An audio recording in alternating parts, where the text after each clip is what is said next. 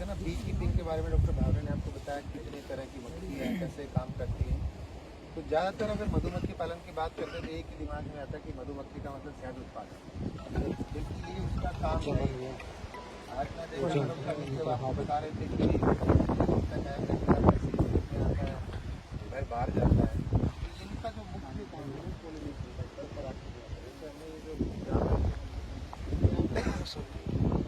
Pollination की महत्ता को समझाने के लिए हमने ना एक आपको लाइव सैंपल मंगाए हैं सब्जियों के। तो कहाँ पे हमारे लाइव सैंपल, तो यहाँ पे देखो दो तरह की शिमला मिर्च है हमारे पास। अब ये देखो शिमला मिर्च ज़्यादा सुंदर सी दिख रही है, सुंदर नहीं है। तो किसी को कारण पता है ऐसा क्यों है, जबकि ये एक ही बीज की है। तो ऐसा क्यों है, इसके साथ में ऐसा क्यों है, ये ऐसा क्यों है। इसमें थोड़ा सा डेंट है इसमें भी, लेकिन इसमें तो बहुत सारा है। अगर हम मार्केट से लेना चाहें तो कौन सा खरीदना पसंद करेंगे। तो ये ऐसा क्यों हो गया, कोई अंदाजा? मधुमक्खी का कारण हो सकता है इसमें कुछ, या मधुमक्खी इसमें हेल्प कर सकती है ठीक करने में? कैसे करेगी बताओ? देखो अगर इसको हम खोल के देखेंगे ना इस वाले को, तो इसमें जो बीज का पैटर्न मिलेगा वो बराबर नहीं मिलेगा। मतलब जब ये शिमला मिर्च लगी हुई थी पौधे के ऊपर, तो उसमें पर परागण क्रिया ठीक से नहीं होती। उसके क्या कारण हो सकते हैं? सबसे पहला कारण ये हो सकता है कि मौसम में बदलाव। कई बार मौसम ठंडा अधिक होने की वजह से मधुमक्खियाँ काम नहीं कर पाती, तो उस वजह से पोलिनेशन नहीं हो पाता। पोलिनेशन हवा से भी होता है, कई बार जब आदमी की या लेबर की मूवमेंट होती है उससे भी हो जाता है, हार्मोन से भी होता है। ज़्यादातर जो पोलिनेशन है खुले खेतों में मधुमक्खी के द्वारा, तो उनकी एक्टिविटी के कारण फ्रूट सेट तो हो गया, लेकिन पोलिनेशन अच्छा नहीं हुआ। तो हम इसको खोलेंगे,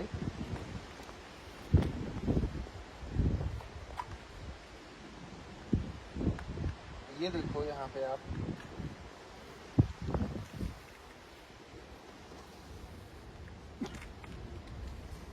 अब ये बीज देखो, आप जहाँ से डेंट था वहाँ पे बीज मरे हुए हैं, और इस साइड में देखो आप ये कितनी हेल्दी सीड है। तो ये हेल्दी सीड जो है वो किस लिए है, क्योंकि इस साइड में पोलिनेशन अच्छा था, और ये देखिए बीज मर गए। तो जहाँ पे बड़ा डेंट था वहाँ पे सीड मर गया। यहाँ देखो डेंटेड था, तो इसमें बिल्कुल लाइव सीड नहीं है। ये सीड क्या करते हैं, ये हार्मोन प्रोड्यूस करते हैं, उन हार्मोन की वजह से इसकी ग्रोथ होती है। तो अगर पोलिनेशन को समझना हो तो आप सोचो कि सेब भी खराब हो जाती है। ये ऐसा नहीं कि सिर्फ सब्जियों में ऐसा होगा, फलों में भी ऐसा ही होगा। तो पैदावार बढ़ाने के साथ साथ में जो क्वालिटी है उस क्वालिटी के ऊपर भी फर्क पड़ जाएगा। अब अगर हम दूसरी को खोल के देखेंगे तो इनसे अच्छे बीज इसमें मिलेंगे हमारे पास। तो अगर इसको हम खोल के देखेंगे तो यहाँ पे छोटा डेंट है, लेकिन उससे अच्छे बीज इसमें मिलेंगे। तो जहाँ पे डेंट था वहाँ पे हमारे पास बीज नहीं है।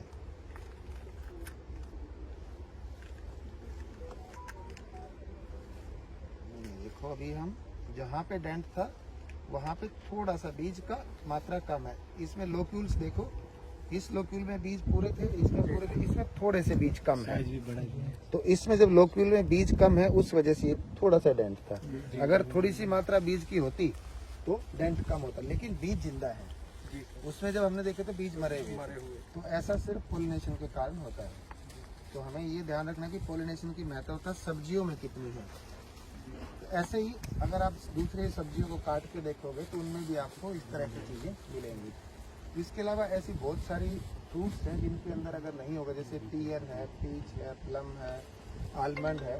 अगर इनमें पोलिनेशन नहीं होगा तो पैदावार तो गिरेगी ही, बल्कि उनकी गुणवत्ता भी गिर जाएगी। इसके अलावा अगर सीरियल फसलों की बात करते हैं, जैसे मस्टर्ड है, मस्टर्ड के अंदर जो दाना की जो हेल्थ होती है, जो उसका विगर होता है, वो डिपेंड करता है कि पोलिनेशन आपका कैसा होगा। अगर पोलिनेशन नहीं होगा तो पैदावार भी घटेगी और उसका ऑयल का कंटेंट भी घटेगा, मतलब उसका जो मोटाव है सरसों का वो नहीं हो पाएगा। इसी तरह से सूरजमुखी है। तो इन सब फसलों में पर परागण का बहुत अधिक महत्व है। तो इसलिए हम चाहते हैं कि भी मधुमक्खियों को आप खुले खेतों में रखें। और हरियाणा ऐसा राज्य है जहाँ पे हमने एक बी कीपिंग के लिए पॉलिसी बनाई है कि आप किसी भी नहर के किनारे पे, सड़क के किनारे पे, वन विभाग की ज़मीन पे भी मधुमक्खियों को बिना रोक टोक के रख सकते हैं। तो ऐसा ये भारत में हर जगह होने वाला है, कुछ एक स्टेट में तो हो भी गया है। तो मधुमक्खियों को हम सिर्फ शहद के लिए ना देखें, इसलिए भी देखें कि हमारे वातावरण का जो ताना बाना है वो उन्हीं के सारे चलता है। ये था थोड़ा पॉलिनेशन के बारे में। मैं डॉक्टर नेहा का धन्यवाद करूंगा कि उन्होंने मुझे बुलाया और